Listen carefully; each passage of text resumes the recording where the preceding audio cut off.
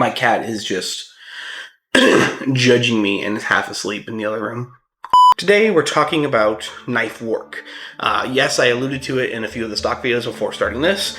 We're doing it. I'm finally doing it. Now today is going to be not simple, but standard cuts you'd see in the Western kitchen, at least according to French cuisine and the French codification of cuts. A dice in French cuisine is probably the same as a dice you'd get asked for from a Japanese chef. There's no cultural, it's not inherently French to make a good cut, square or rectangle or whatever. It is just the codification of these cuts in which we standardize recipes. So if a chef asks you to do a French brunoise of this, every cook who knows about the dimensions of a French brunoise will do it, and the chef will be pleased. It's how we standardize and talk to each other in the kitchens and how you see it in recipes. Now, along with some of these basic knife cuts, I also wanted to mention a little bit about knife anatomy.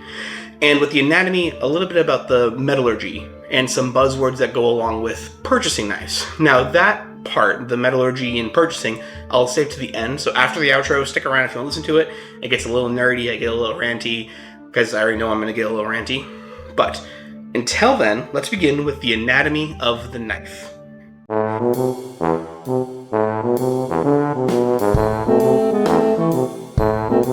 So, when it comes to the anatomy of the knife, it's relatively straightforward, right? This is the cutting part, this is the part you typically hold, right? There's more to the anatomy of the knife, and you can use this when you're also searching or looking for a knife that you want to purchase in the future. First off, let's begin simply. The handle. Yes, this is typically where you hold the knife. Not always. There's sometimes I choke up on the blade like so to get rolling cuts of some sort, especially if I need to cut through cucumber or do a particularly decorative cut. But typically, yes, the handles we hold. From the handle, we have the base, or some people would call it the pommel, or the end of the handle. At the top of the knife, running on top, we have the spine of the blade, which is typically thicker than the blade itself. From there, we go to the tip of the knife. Stop it. And from the tip to the back here, we call the belly or the blade. And here we have the heel. Now, on the blade itself, let me see if I can zoom in on this. On the blade itself, we have what we call a bevel. So here we have a bevel in which the blade tapers together like so to create the cutting edge. Now, on a molecular or cellular level, your knife acts more like a wedge, comparatively speaking, rather than what you would think as a perfect slicing blade. You're not splitting like atoms or anything. You're separating cells, maybe pushing away weak forces of certain molecules. This particular blade, and most blades of European and American made, are double bevel, in which you have a blade on both sides that come together like so, to a point. You can think of it as a triangle. Some of them are made like this, in which it kind of convexes or concaves into a point. And that is based on who the manufacturer is and the style. Some of them have disadvantages, some have its advantages. The kind of concave point makes it easier for food release, which I'll talk about at the end of the episode if we'd like. Now, this knife has a pretty standard heel. It's easy for my finger to kind of slide in there and not hit up, as opposed to my yanagi knife or sashimi knife, which is too big for the camera. This has a very short heel or blade there, in which I have stabbed myself quite a few times gripping the knife. So something you want to look out for when it comes to your purchasing. Now, the yanagi knife is also a single bevel knife. So if you can see here, it has one large blade or bevel that comes at and meets a flat end like so. This changes the characteristics of the knife and how it cuts. For example, this is great for slicing and making long cuts or strokes, especially when I use it mostly for the fish I do. For vegetables, because of the incredibly large, like wedge-like shape, it usually kicks the vegetables out pretty far. So to use a single bevel knife for work, such as using like a deba or a petty knife in Japanese terminology and knife work, you need to get used to how a single bevel blade reacts to cutting through vegetables, fruits, and any like harder gourds. This Victorinox knife very similar to, it is essentially a German or Western style knife. And the heel, the blade, it is double bevel. Even a cleaver like this, as so, again, we have the belly, we have a heel, handle, and technically a tip. Same goes for my scimitar. We have a tip, don't really have a heel because it's kind of disguised. Well, this knife is dirty, I need to clean this. And you have a belly. Again, this is a double bevel blade. Another thing to look out for with knives, if you're looking for a particular style, or you want a knife that has good longevity, or something that can take more of an abuse, we have what we call full tang knives, in which the entirety of the metal of the blade runs through to the end where the handle is made. So this one here is riveted together and held and held fast. Sometimes you'll see epoxy used together to kind of hold it, or just rivets straight up. Oops, sorry, knocked the camera. Another one is my fillet knife here. Again, it is full tang, if you can tell. All the steel going through and just riveted together on the handle. My Yanagi knife, again, is a great example of not a full tang, because the metal only goes to about here, and it's held in with typically either friction or, again, a glue or epoxy. With enough force at the other end, I can yank this handle off and easily replace it. Those are things you want to look out for, look for, and again, I always recommend to test drive and kind of get a feel for any kind of a blade. But that is the basic anatomy of said blade. Let's talk a little bit about kitchen safety with these bad boys. Now, the first thing I want to talk about is catching a knife. If your precious knife is on the cutting board and you accidentally, or somebody else accidentally, was to knock it over, never catch a falling knife. It is not worth your fingers to ever try to catch a knife. I do love this knife, don't worry, it is safe, I have padding down here, but for the sake of your fingers and everyone else around you, let the knife fall. The next thing I want to discuss is how to walk through the kitchen with a knife. So if for whatever reason you need to have your knife washed, clean, put away, or go grab another knife, any reason that this knife is not on a cutting board somewhere safe, it is important to let people around you know. So with a knife in hand, I have my finger out on the blade like so, and it at my side. And I say sharp as I walk through the kitchen, yelling sharp behind whatever you need to do to make sure people know that there is a knife at your side. Now, I like to have my finger out like this so I know where the blade is. So for my rounded handle knives, like my cleaver here, sometimes the blade can be out of line and it's all of a sudden sideways or all of a sudden poking out. That's not good for me or anybody beside me or around me. Believe me, I have been stabbed a few times. Please tell people you have a knife in your hand. Another thing that drives me crazy is I see people reverse gripping their knife like so and walking through the kitchen. Swinging their arms, or even at your side, someone can walk into you and someone can get hurt. Please be careful, be safe. No one's life and no one's fingers are worth more than a knife. Remember that, and don't stab people. Well, when it comes to cleaning your knife, it is always best to work at the sink by yourself or in front of your whatever it is, in front of everybody else, so everyone knows you're working on a knife. I like to use a slightly abrasive sponge or even some sort of scrub brush in which to clean the knife away. If you use anything too aggressive like stainless steel wool or steel wool, you're going to start scratching the blade. You could always take out scratches using like 2,000, 1,000 grits, like wet sandpaper. And for me, it's important to keep my knives dry. Even stainless steel can potentially tarnish if left neglected for long enough. Now, let's say for any reason someone in front of you decided to drop the knife in a sink full of soapy water. And you didn't see it, you don't know, and all of a sudden, there's a knife in here. You reach your hand in, you grab the blade, and cut your finger. You then find said person and then beat. You never want to leave any sharp object underneath a layer of foam or in a sink. If there is one down there, I would always grab a pair of tongs. If you have rubber handle one, that's better. If not, either push away the suds, pick up the knife, make sure it is safe and secured in your hands. Never leave your knives in a position that someone cannot see them or is not aware that there's a blade in the sink. Okay, This is for us nerds and culinary nerds and stuff like that. But if you want the sharp stuff, go ahead and skip. I'll put a timestamp somewhere here. Get on it, editor, which is me. Anyways, let's talk about some of the fun little history I found when looking this up. And forgive me, I have to use my laptop. I have a lot of notes. Researching this was kind of a rabbit hole, which I was not expecting, but it was very funny. So the first cut we mention, or going to mention, is the care cut, the large dice. There wasn't a great amount of history for this because care just translates from French just to square. So that was pretty easy to find out. That was super easy, right? Next we have baton, but baton translates to stick, even though baton in our day and age usually refers to like a bat or something that security or police use as a form of punishment, I guess. This is the best way I can say that. Now, the first bit of history that we get to that's really interesting and really fun is the medium dice cut. This is a half-inch cubed.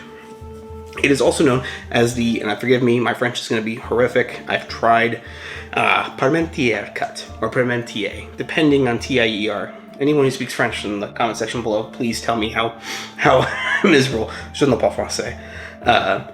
Looking at this cut is really funny. Or French in origin, of course, from a man, or at least it's named after a man who is a famed pharmacist, Antoine Augustin, who lived from 1737 to 1813. Now, during the early 18th century in France, potatoes were outlawed, and I know this ties in, I promise. Potatoes were outlawed to be grown on French soil. The modern science at the time attributed to the growing of potatoes and the crop itself to leprosy and other myriad of diseases. And potatoes were only used as food for animals. During the 7 Years' War, this mad lad pharmacist, Monsieur Augustin, was captured by the Prussians, in which he spent several years in prison and was fed the dreadful potato, the dreadful spud. During his time there, he actually began the nutritional research of said potato and its benefits. He then returned to France and wrote several essays in 1763.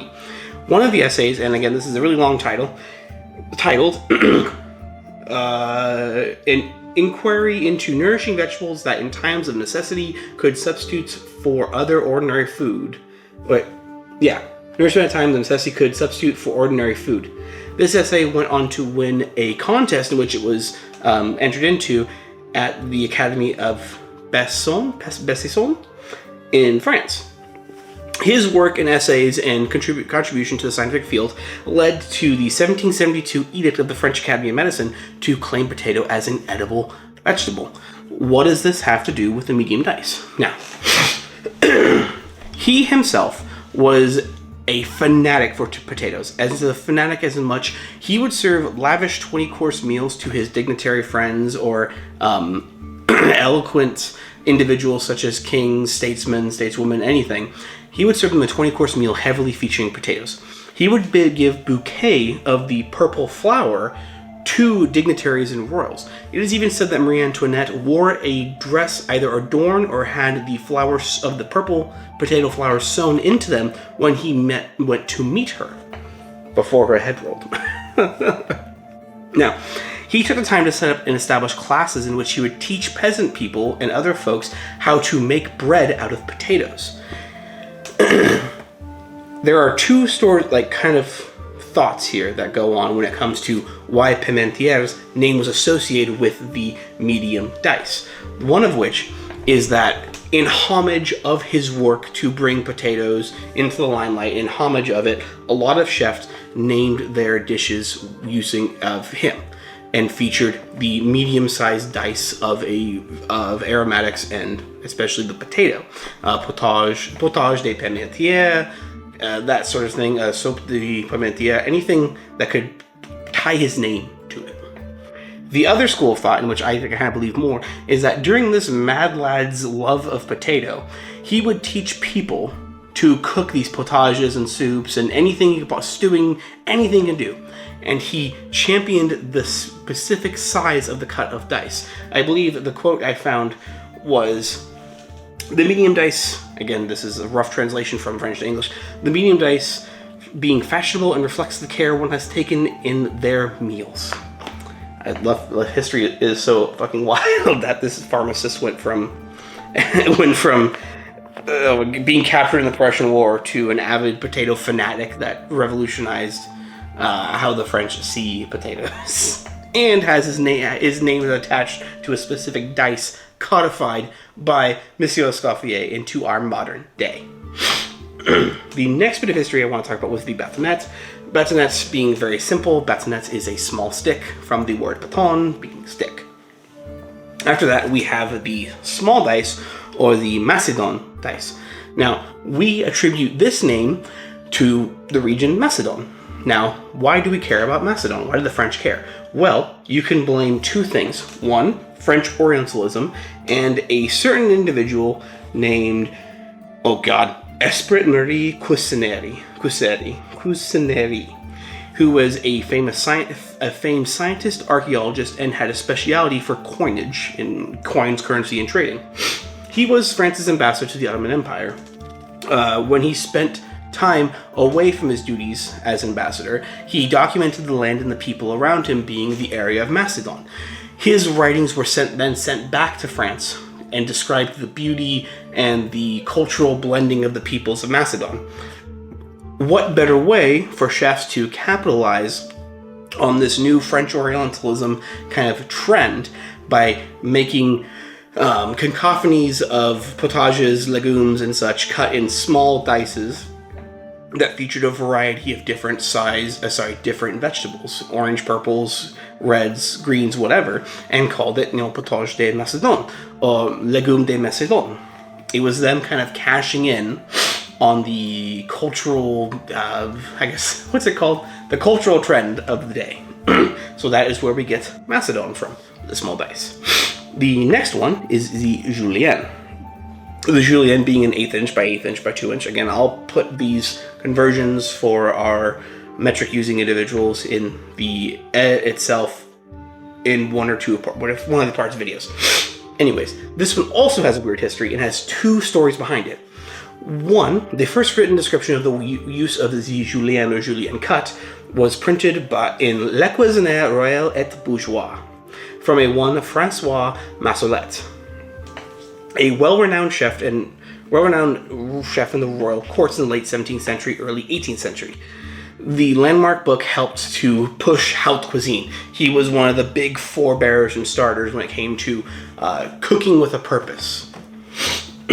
So that gets pegged onto his book as the origins of the Julienne cut.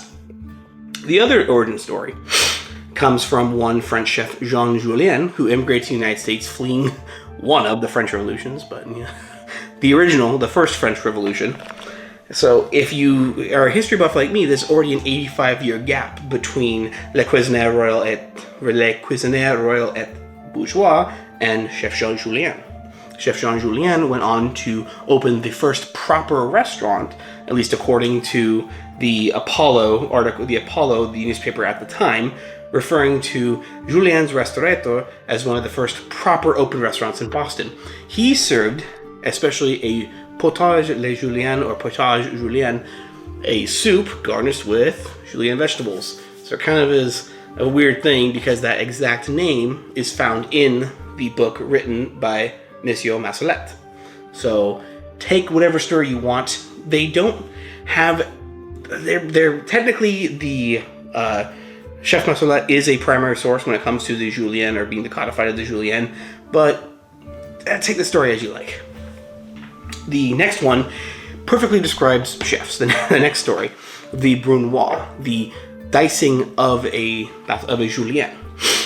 Now, Brunoise is supposedly, and this is not, I have not found primary sources for this, but the amount of times I've heard or found different versions of the story that corroborate to it, makes me think they're similar, but obviously they could be pinging off each other, and I understand that. But from what I found, Brunoise is named after the French commune Brunoy, or Brunoy,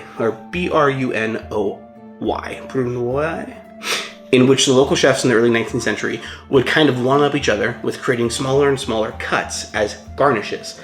it is believed that the direct translation of Brunoise is just the commune of France in which we're talking about.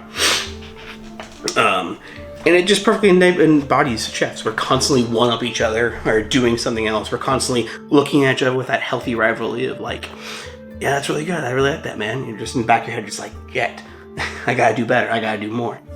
The next one, very simple, the round cut or rondelle cut. Nothing crazy. It literally translates to round. Next, we get more into the class warfare, that is the culinary world. The fermier cut or farmer cut, described as a rustic style, or, you know, not good enough for the French courts and the restaurants on the Champs-Élysées. It is, it shows a little bit of care, but it's still meant for the peasantry. The next cut being the Passionné cut, translates to female peasant cut, is similar to the fermier. This one being cut as a square, a semi-thinly cut square. Again, not being good enough for the high French society kitchens, but good enough for the peasantry. After that, we get to the half moon cut. Nothing crazy there. It's the size of a half moon. Ooh, I'm gonna sneeze.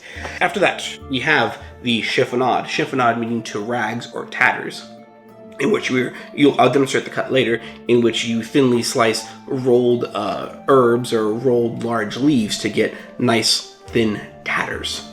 Oblique, also known as rolling cut, nothing really interesting there historically speaking. And that kind of concludes my little history part. If you stuck around, I appreciate it. I hope you found this interesting, and I hope you can do some of these research for yourself. So enough of me interrupting, enough of me nerding out. Let's actually cut some vegetables. Now, before we get into the knife work and knife cutting itself, one more little tip I wanted to mention.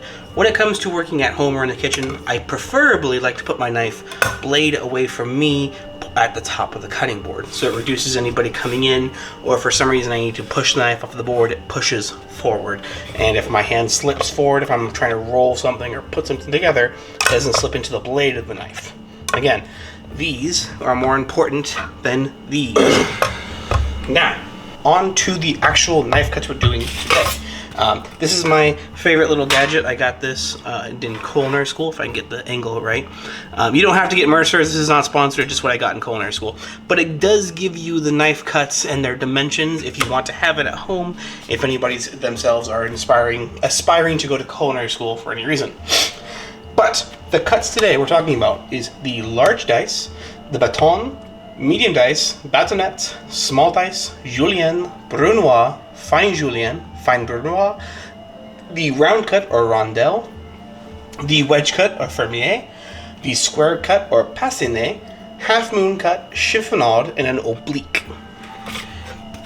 Now, to begin, when it comes to this kind of cutting, these terminologies and words come from French.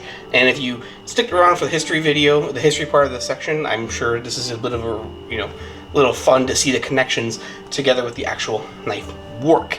So, typically, when we want to do these cuts, in the haute cuisine, or the very fancy way, is to have everything squared off. So first, create a flat area in which you can safely drop your knife, and do not forget to maintain the claw. Your knuckles being the guide for your blade, while your fingertips are safely out of the way. So, first, square off this potato as best we can, and we're going to start with our large dice. I prefer the draw cut. A push cut works too. It's whatever you're more comfortable with.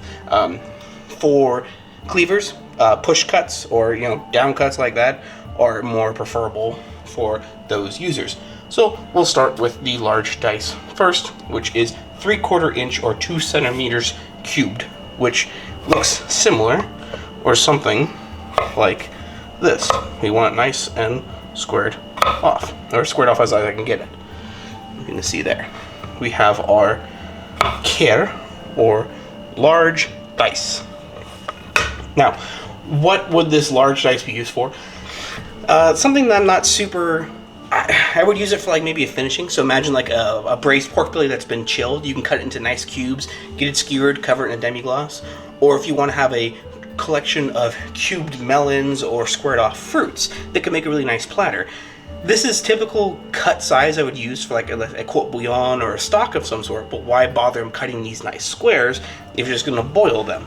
So I like to think of these more for like a finished product or something you want to present with on its own.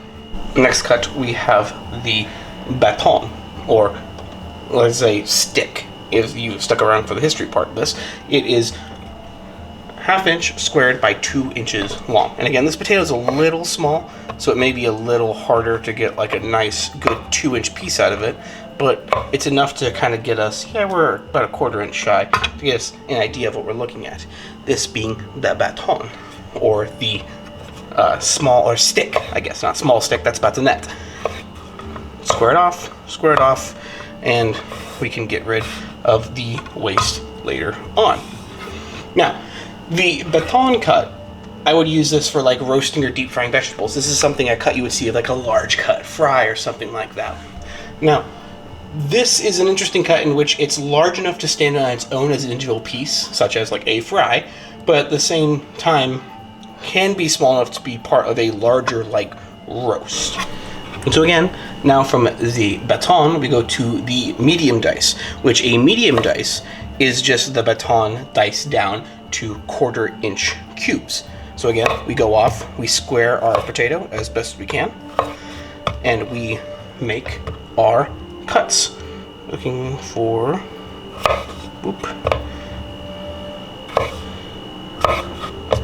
we square off our cuts like so, get rid of the ends there, and we make them squared. And now we start to have our medium dice. Now, when it comes to the medium dice itself, I find this more kind of in the middle between this is large enough that it can kind of stand on its own and it will hold up to a long stewing or cooking process. But at the same time, it's just small enough you can get quite a few of these on a spoon and have more of a medley to each bite. Or even as an a la minute item, as in you cook it to order, like you have a collection of pre-roasted root vegetables or brassicas you can just toss into a pan, give them a quick toss, and sell it as a side. From the medium dice, we go to the bâtonnet, which is literally a baton cut into quarters. So if we were to cut a bâton, like so, and to quarter it, we have the bâtonnet, or the small stick. Now, the bâtonnet is a decently sized vegetable that would still, just like the medium dice, kind of stand alone on its own, and I could also see it be used as like a fry or part of a crudité when it comes to, or like a vegetable platter. Not something taking a short like stint from the actual knife cuts themselves, I wanted to mention something when it comes to the actual knife work and how you apply pressure to one's knife and how to safely cut. As I mentioned before several times, it's always to put yourself into a situation in which you have a flat, non-rolling surface. I'm sure I've drilled that into your head by now. And to maintain your claw. Another thing we need to understand is when you're coming down on a cut, it is to roll the knife or to use as much knife as possible. The knife typically needs friction to cut well. I can hold this against my hand, it'll eventually cut it, I'll eventually start bleeding, but without proper friction, this would freak out my wife, by the way, I'm glad she's not home.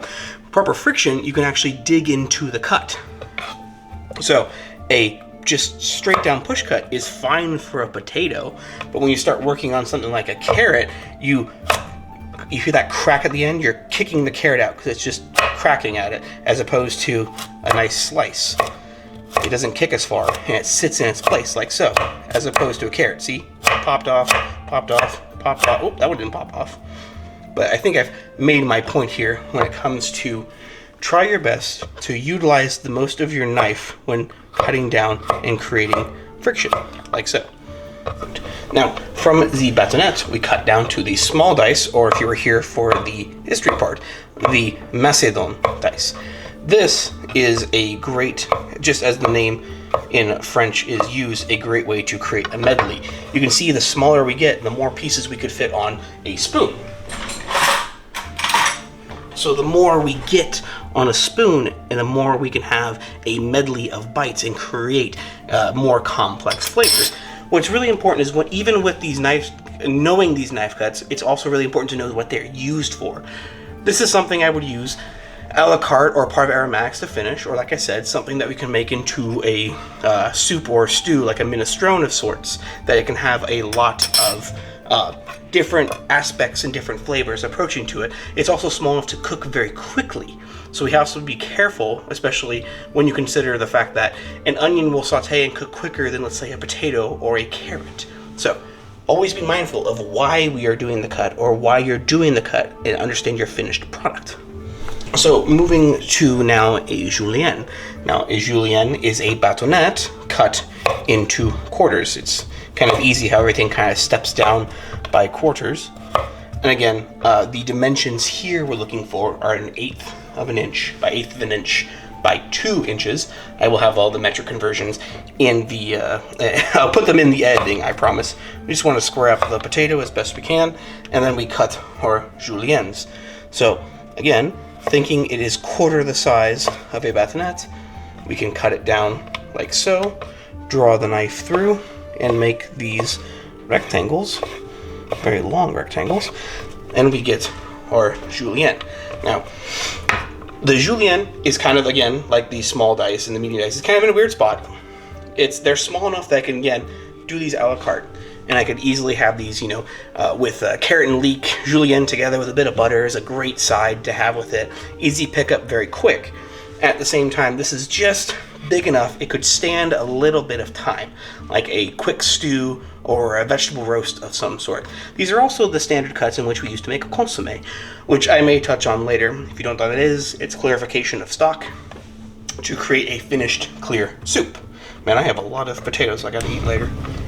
From the julienne, we cut our brunoise, in which we have this nice, very small, very fine dice.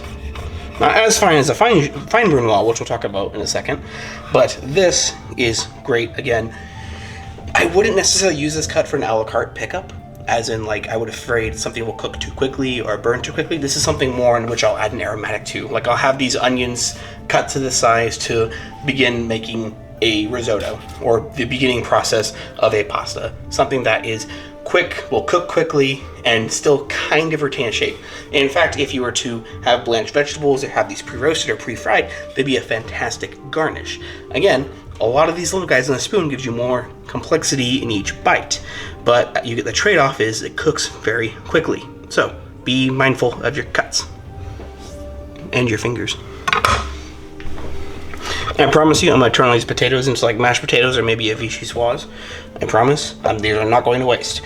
So, from the julienne and the brunoise, we go to a fine julienne and a fine brunoise, which is, again, taking a julienne and quartering it. I know we're getting crazy with the quartering, and you want to very thinly slice. No, I messed that one up. Very thinly slice it. The dimensions we're looking for here is a 1/16 by 1/16 by 2 inches. And again, you can either roll this cut, like so, or you can draw the cut like I'm probably going to end up doing here, because these potatoes are not as starchy and they're not sticking together as well.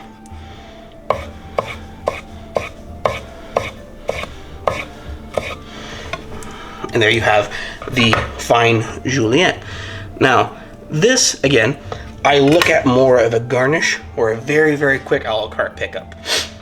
You see this a lot, like I would do like fried shallots like this, or even fried leeks, or what was the other thing we ended up doing with these a few times?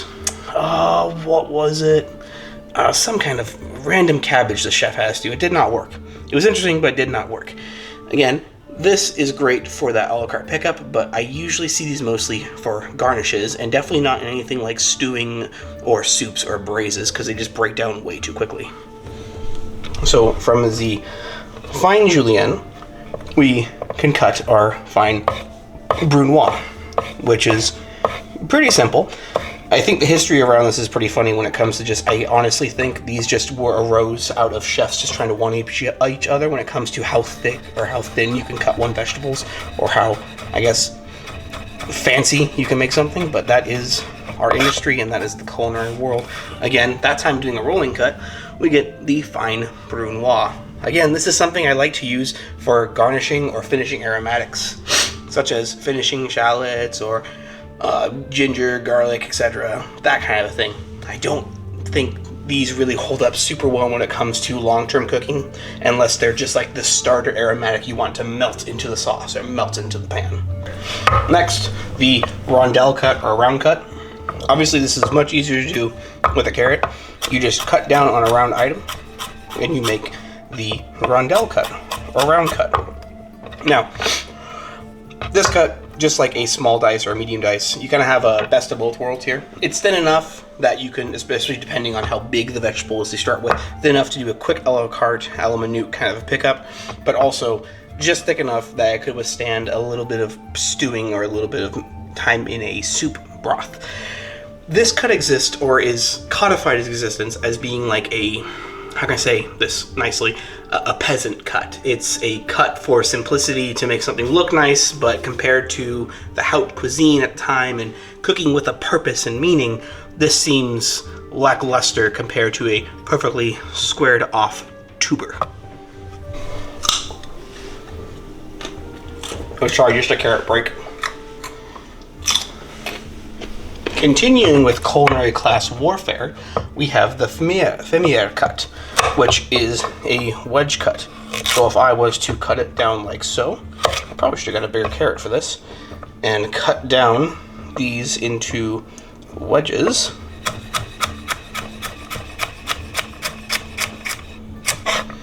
We have the fermier cut. In fact, I will actually cut a bigger carrot just so we can get a better picture of the cut itself.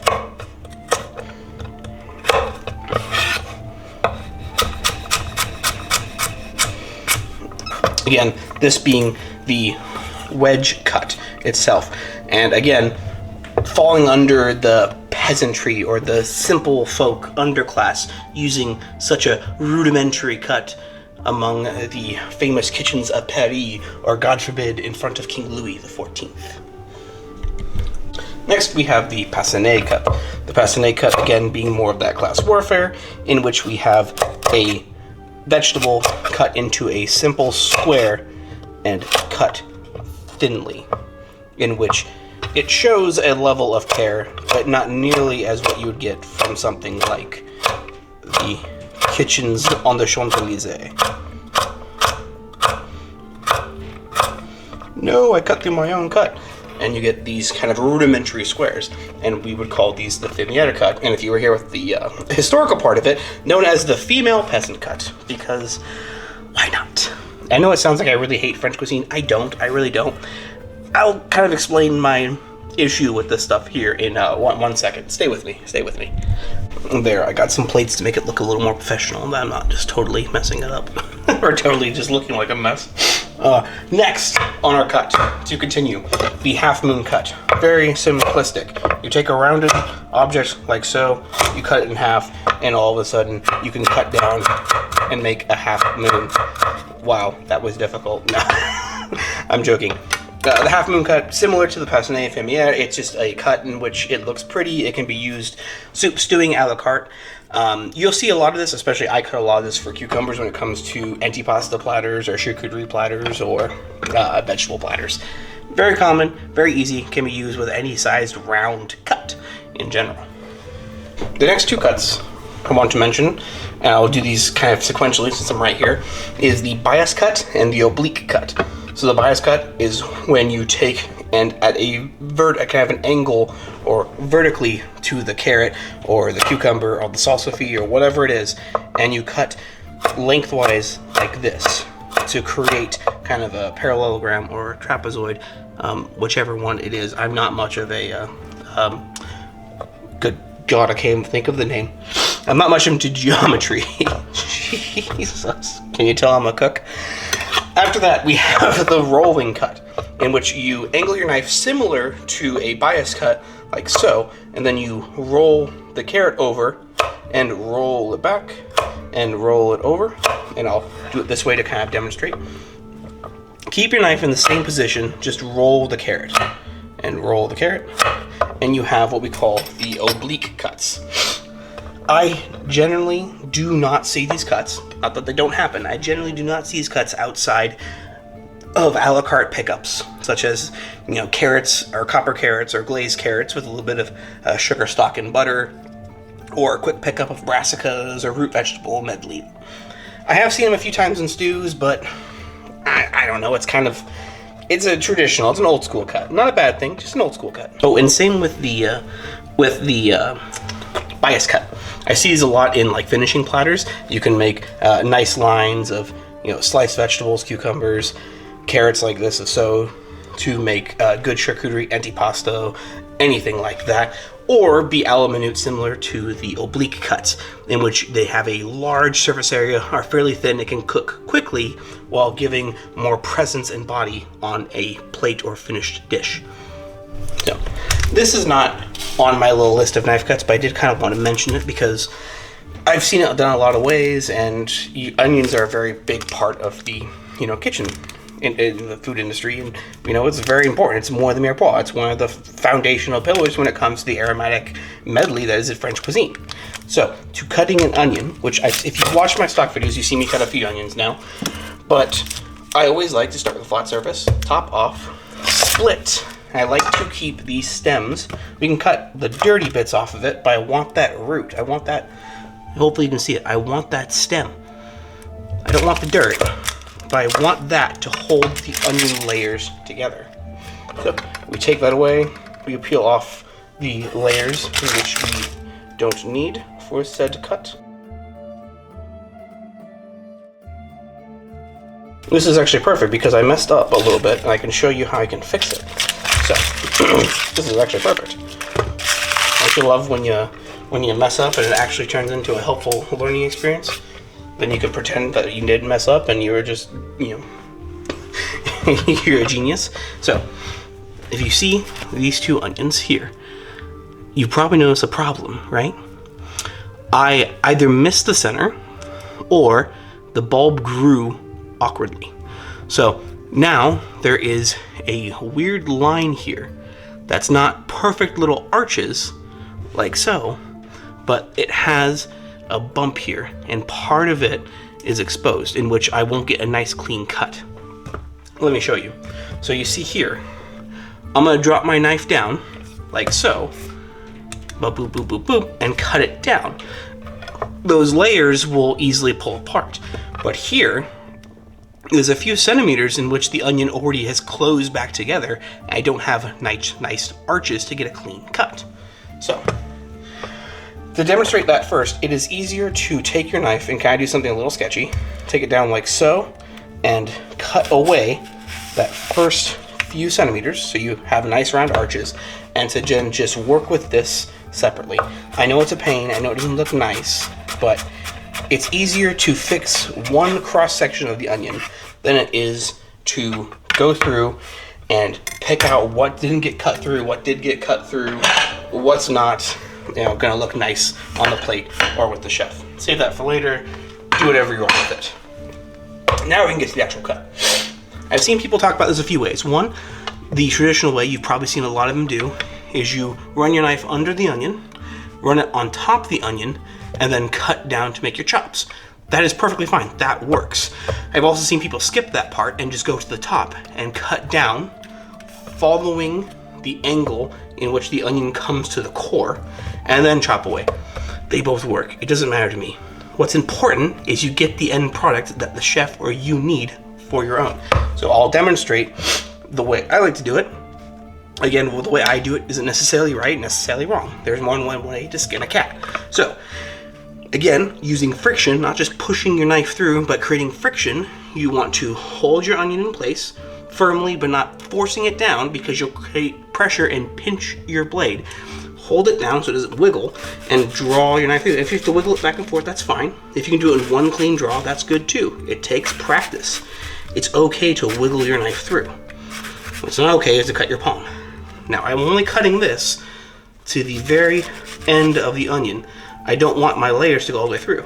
And if I have to go through and black it up, that's fine. Then I follow the line of the onion and cut down towards that center core, like so. Again, not wanting to go to the end, you see I'm still drawing my knife through and then using most of the blade. And this stuff will happen. It happens. It's fine. It's okay. Run your knife through it. Get the dices you need out of it. Or if you don't like it and it's not going to work for you and you go through, then that's okay. Save it for later, come back and chop at it. Now, with your claw in hand, draw your knife down and through. Again, creating friction. I'm not pushing it down, I'm putting my knife down.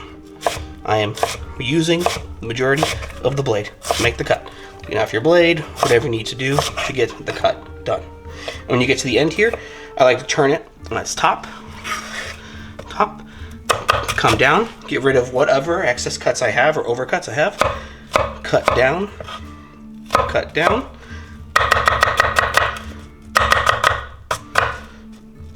and boom. I save that for mirepoix or something else, and I have my diced onions.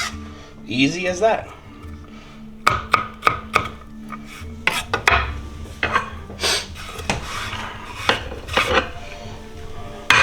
Oh, that's a strong onion.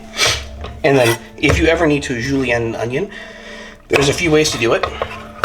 The way I see a lot of people do it, especially in the regular kitchens, in the kind of the more finer kitchens, because they want to have a good julienne, they can go through and take the onion apart layer by layer, stack them up together, flatten them, and run your knife through. And now you have guaranteed nice juliennes, or fine juliennes. But if a chef is asking for a fine julienne of an onion, they should probably go get a shallot. And you can tell them I said that, and then they can come bitch at me. Then from there, we can take those, line them up together nicely, and cut down and make our brunoise. I guess this is closer to a fine brunoise, but maybe I cut a little too small.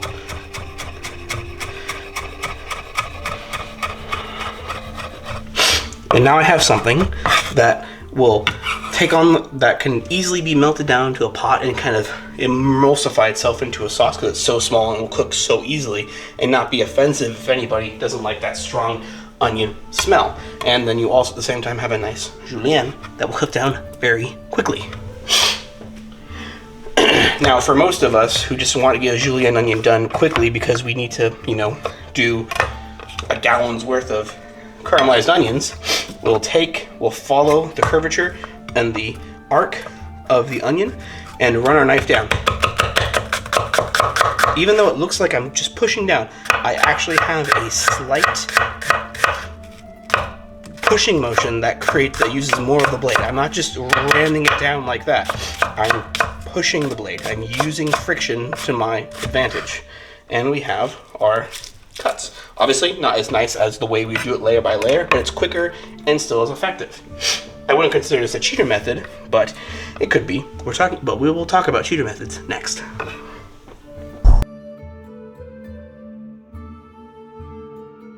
So, if you don't want to see some of these cheater stuff because you're a professional, or you don't want to harm your virgin ears, or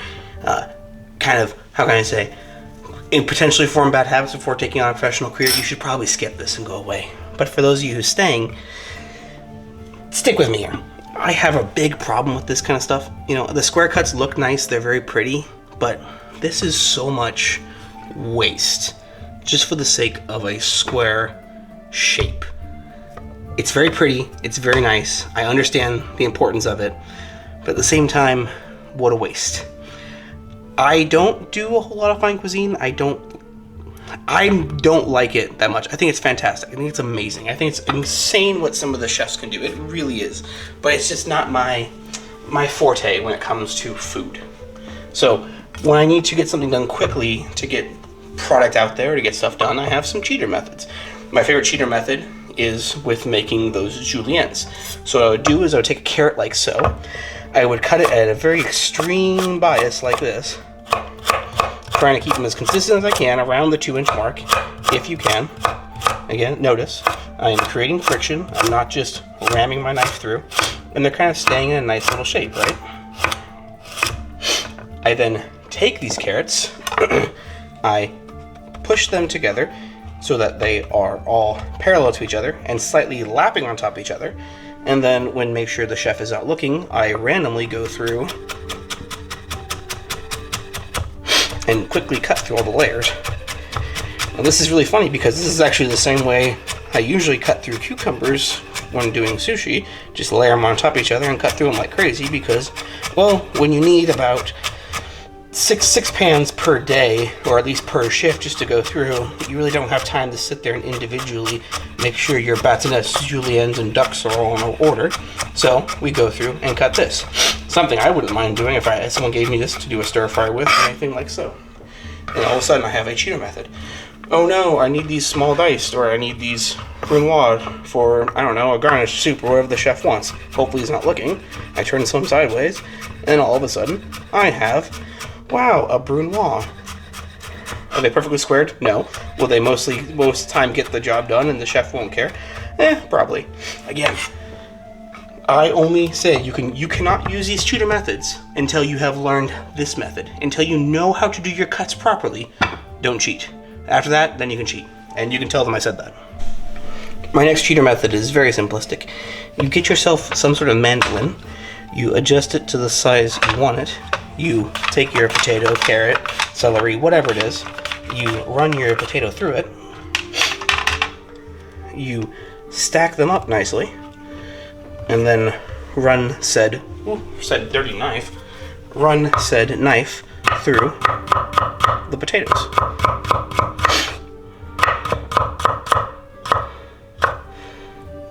Oop. Again, you are not allowed to do this unless you know or have the skill to do it without a mandolin. That is my creed, that is my edict, and that is what I will tell you now. That's what I would tell anyone who was next to me if I were training them when it came to knife work and cooking / cutting of vegetables. Boop. Well, with all the knife work done, I have a mess to clean up, but I hope that this has been informative and helpful when it comes to the introduction into basic knife work, or at least something that when you're looking at recipes online, especially using more Western recipes, that this helps show you what they mean. At the same time, I hope I have imbued more knife skills and safety in mind as you continue the journey with me, or separately if going into the professional field. With all that being said, if you would like to stick around for my rant about knives, or not rant, but talking about knives, please feel free to do. If not, remember to keep your knives sharp and your palates open.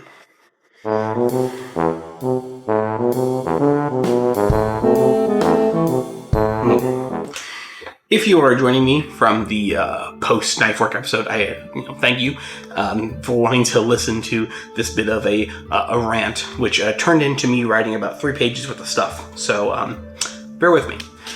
First things first, I did mention knife brands in the introduction video, the very first video of this series. I kind of just generally touched on that, and here I want to touch a little bit more on some of the buzzwords you'll see when purchasing a knife, and a little bit of the metallurgy.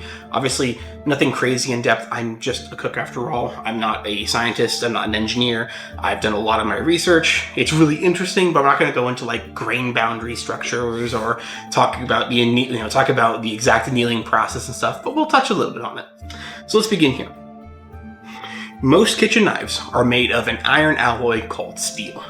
Steel is made when iron is taken to a near molten or even molten state and having carbon forced into it by a variety of methods. Steel is between 0.6 to 2.14% carbon. Above that, you start getting into what we call cast iron. So, when we're talking about kitchen knives, again, just kitchen knives, not tool steels, not cutting blades, nothing else, just kitchen knives, we have a spectrum.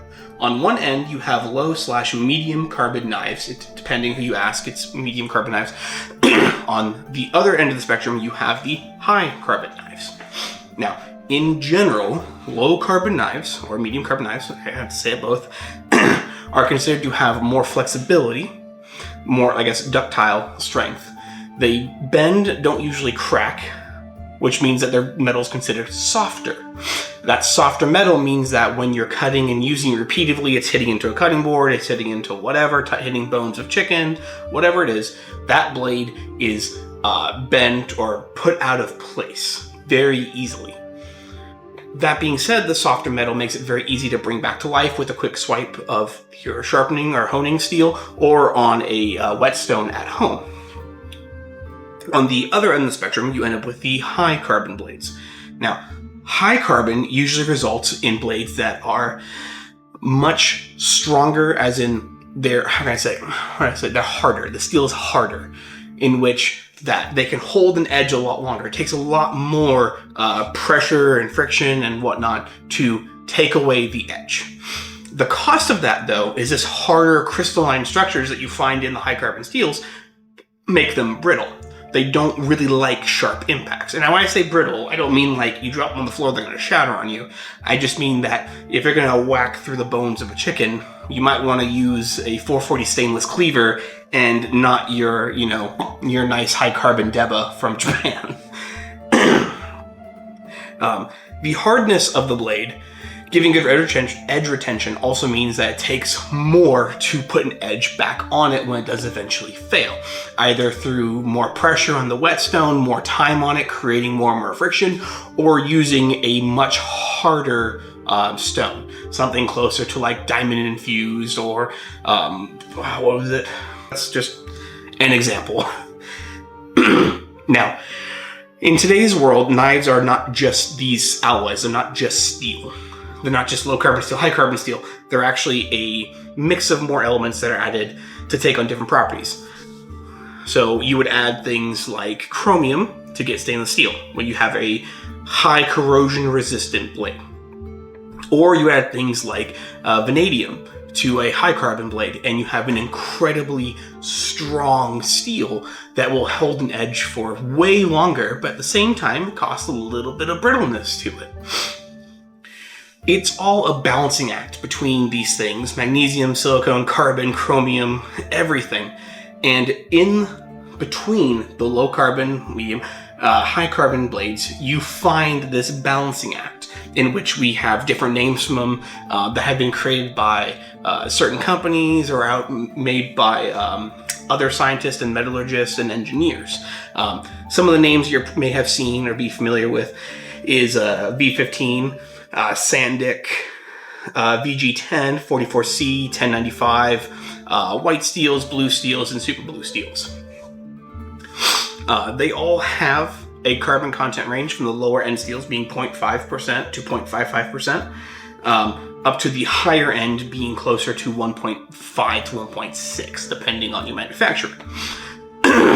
So, when you see high carbon knives, if you look at the knife spectrum again, the higher you go up in carbon content, typically you trend lower on chromium, which means that you have less and less and less corrosion resistance. So stainless steel blades can have a decently high as almost 1% carbon content, but that also means they have less chromium, which means they're just slightly more slightly less resistance to corrosion. When you start getting into the 1.4%, the chromium will be less present, which means less corrosion resistance. That is one of the general trends. So when you're thinking about the spectrum, the stainless steel blades with higher chromium are easier to maintain because the blades, the blade is easy to bring back. The steel is softer. It won't shatter on you most of the time. And it's covered in chromium or stainless steel, so it won't rust or create a patina on you most of the time. There's obviously some exceptions if you do something weird with your knife. And at the other end of the spectrum, you get higher carbon knives. The high end of those knives are very prone to tarnishing, so you need to be very careful when wiping away acidic foods, waters, and such like that. But with a good patinaing, they can be relatively safe. Or what a lot of knife makers do is leave a black layer of forging called the, oh no, where'd I put it and why is it in Japanese? Kurochi? If I'm mispronouncing that, I'm sorry. But it's a blackened layer to create a corrosive resistant in that certain area. It could be easily ground away, but it's usually on the top of the blade away from the actual cutting edge of it. There's also bluing, which is another process. I think I'll mention it later in this little thing. So, let me take a break. So, what does this mean for when you want to choose your knife? Well, as I mentioned before, looking at those different traits, the internet is your friend. When you look up these steels of knives you like or like the look of or the ones that feel good to you, they'll kind of give you a general breakdown of what they're usually pretty good at. Obviously, stainless steel being very, safe for the home, easy to keep clean. You don't need to worry. I mean, you're not going to beat the crap out of it every single day, so it's going to keep a blade just long enough to use it. But if you're a professional, you want a thin blade that keeps an edge all day long, you may want to be looking at a higher carbon blade near like white steel maybe. So when you purchase these knives, always check the steel typing, and then the internet is your friend for that. Look it up. Now, I say this because in the showcase or online, a high carbon blade can look completely finished, nice, flawless polish on it. But unless you actually know the steel content, you may think it's a stainless steel. In actuality, it's just a blade that hasn't been tarnished yet. And the same goes to the other end. You could see a simple 440C stainless steel knife that has nice hammer marks and has been blackened. It looks really fancy. It has the hexagonal style handle. That's a shimi knife is to show you. So it looks like, oh, this is made, handmade in Japan. In actuality, it's a stainless steel blade that's been blackened and puts hammer marks on it. It's really important to check what it's actually made of. To throw a wrench into this, just because the knife is labeled as good quality steel also doesn't mean that the manufacturer didn't mistreat the metal. So, a plethora of problems can emerge when knife making process. Some examples: if the metal is annealed improperly or not annealed properly at all, the metal is such as it's heated too high and it starts cracking, or the austenitizing temp. Oh my god, austenitizing. Oh god, I'm not that temp was not met, or the metal was not quenched properly. It could lead to deformations, cracking, and impurities in the blade. Even if it is labeled good metal, you don't know the actual forging process, the manufacturing process could have messed it up. Which is why I advocate for trusted brands. I know it's kind of hard to say. I know a lot of us don't really care about, the big box store brands or big brands like this, but when it comes to knife making, there's a reason why some of these blade makers have been around for a century, if not two, because they have good quality product and they have a warranty. And if you're anything like me or just starting off, you don't want to waste your money on a crappy knife. It'd be much easier to get a knife that has a pedagogy, has a history, you know what it's made of, you know it's coming from a quality manufacturer, and purchasing it for yourself. That is very, very, very much my opinion when it comes to purchasing a knife. Not to say that there's not individual knife makers that can make very well-made knives, and that you can't find a man on Facebook Marketplace or whatever that has a forge in his backyard that's making incredible blades. That's not necessarily true, but at the same time, do you want to risk it? So you may be asking yourself, why do we bother making low-carbon knives? If I have bad edge retention and,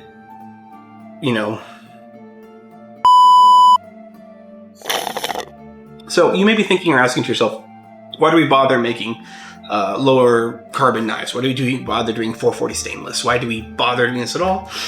And the answer is really simple. The process for making these higher carbon knives, in a lot of sense, is an expensive process. And the making, especially the higher end, powdered steel knives, like I mentioned before, the ones that are hydraulically pressed, it's an incredibly specific components, incredibly specific setup, and incredibly specific skill set to make those knives. These high carbon knives are not always in demand. Let's be realistic. Us cooks do not dominate the world when it comes to the population. There's trillions of people on this planet that don't even need, or I guess billions of people on this planet who don't need a high carbon blade. They just need something that's simple, that won't corrode on them, can hold a decent edge, and cut their fruit, vegetables, chicken, whatever the hell they have. That's probably the bigger reason why everyone's just not going crazy on the high carbon blades. Now, as for me, when it comes to choosing my knife, I mentioned it in my very first video. When I just need a workhorse, I go for stainless steel knives. Most of my knives are stainless steel or a variation of it. Some of them are higher carbon blades. I don't own any high carbon blades necessarily. Even my Yanagi knife, I think it's either a white 2 or a high carbon stainless from Japan. I can't remember for sure. I just can't justify necessarily the money on them. But that's just my personal opinion. You can still have stainless knives that have a really thin edge profile and still hold a really good edge. But if you are into high carbon blades or want to use a high carbon blade, I would suggest the same thing I would suggest for anybody else going to the stainless steel blade. Always test your knives, make sure they feel good in your hand, they feel comfortable, and you feel safe with them. Now, the next bit I want to cover is buzzwords and labeling when window shopping for knives. First one is food release. You may see this labeled on any number of kitchen knives, high carbon, stainless, nitrogen cooled, etc., etc. But food release is just what it sounds like. It's the knife's ability to stop food from sticking to it. There are a few ways in which they stop the food sticking to it. Essentially, both ways force surface tension, the surface area of the cut product to create surface tension or to create those weak bonds. If I have my Sentoku, there's... So, a few ways that they achieve this is one, through physical changes. So if you see here on this Sentoku, I think I featured it on the very first episode, those divots there break up surface tension, so food will just stick and slide over. Second is the grind type. So, as I mentioned earlier, you have a few different kinds of grinds. You have one that's kind of just goes straight together to a singular point, and you have ones that go convex. Then you have single bevel. These two, the single bevel and the essentially the triangle coming together, constantly give opportunity for surface tension to be made here. It creates more of a contact surface. The food can literally just slide on top of it, and all of a sudden it's sticking because of starches or water or whatever it is. A convex shape, like so, forces the food to go here and then go straight off, leaving a gap in that blade. I'll probably put something animated below to show that a little better. But that's another way in which they stop or have food release. Not that I don't put much stock into food release, because you can overcome that with good technique, with doing draw cuts on certain types of vegetables or fruits that are known for sticking, or just repeatedly keeping your blade clean and away. But if it's a huge deal to you, like massive deal to you, I would look into something that has a convex grind to it and not one of these, because these dimples will eventually get ground down to the point that you made yourself a serrated knife, because the dimples are only a few centimeters off from the edge of the blade. Is Damascus, or blades labeled Damascus. You can find dozens of blades labeled Damascus. From stainless steel to high carbon blades, it's actually, in actuality, they're not historical Damascus. They are most often what we call pattern welded or acid etched blades. Pattern welding is the process of folding other metals or even different alloys of steel on top of one another, folding, hammering, and then when it goes to the grinding and polishing process, you see these layers of copper, cobalt, different types of steel, and you get pattern welding. Pattern welding always has a semi-consistent ripple effect or look to it, as opposed to true Damascus, which true Damascus has a distinct ripple-like pattern that flows like water from different crystallizing points. There's carbide points is a specific name for it, and they flow out, and there's very rarely any consistencies with the pattern itself. The other way they achieve this wavy pattern that you see is through acid etching. Acid etching can be done in a number of ways. The finished blade itself is dipped in a strong acidic solution multiple times, usually something like ferric chloride. It discolors the metal surface of the blade, and then certain styles and patterns can be achieved through covering the blade in streaks of nail polish or something that won't be eaten away by the acid, something fairly base. I believe that's how that works. Again, I'm not a scientist, I'm just a cook. So historical Damascus is a different kind of a story here, and there's other videos about this. Is much more involved, much more informed creators out there than myself. I think actually Shadiversity did an episode on this. But historical Damascus came from the city of Damascus. The city of Damascus got their steel from parts of India. Now, this ore that would come in from India had traces of molybdenum, chromium, phosphorus, and vanadium.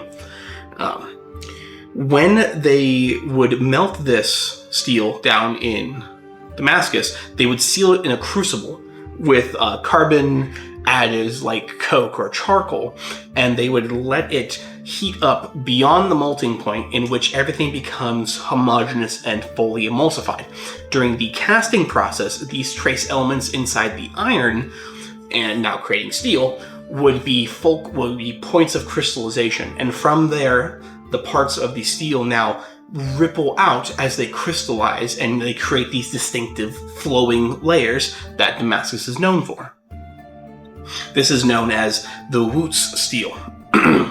So, despite what some historians say and what you see online, Damascus steel wasn't truly lost.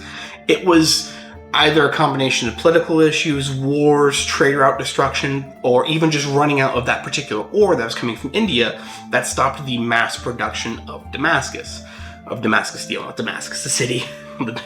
Damascus is still there.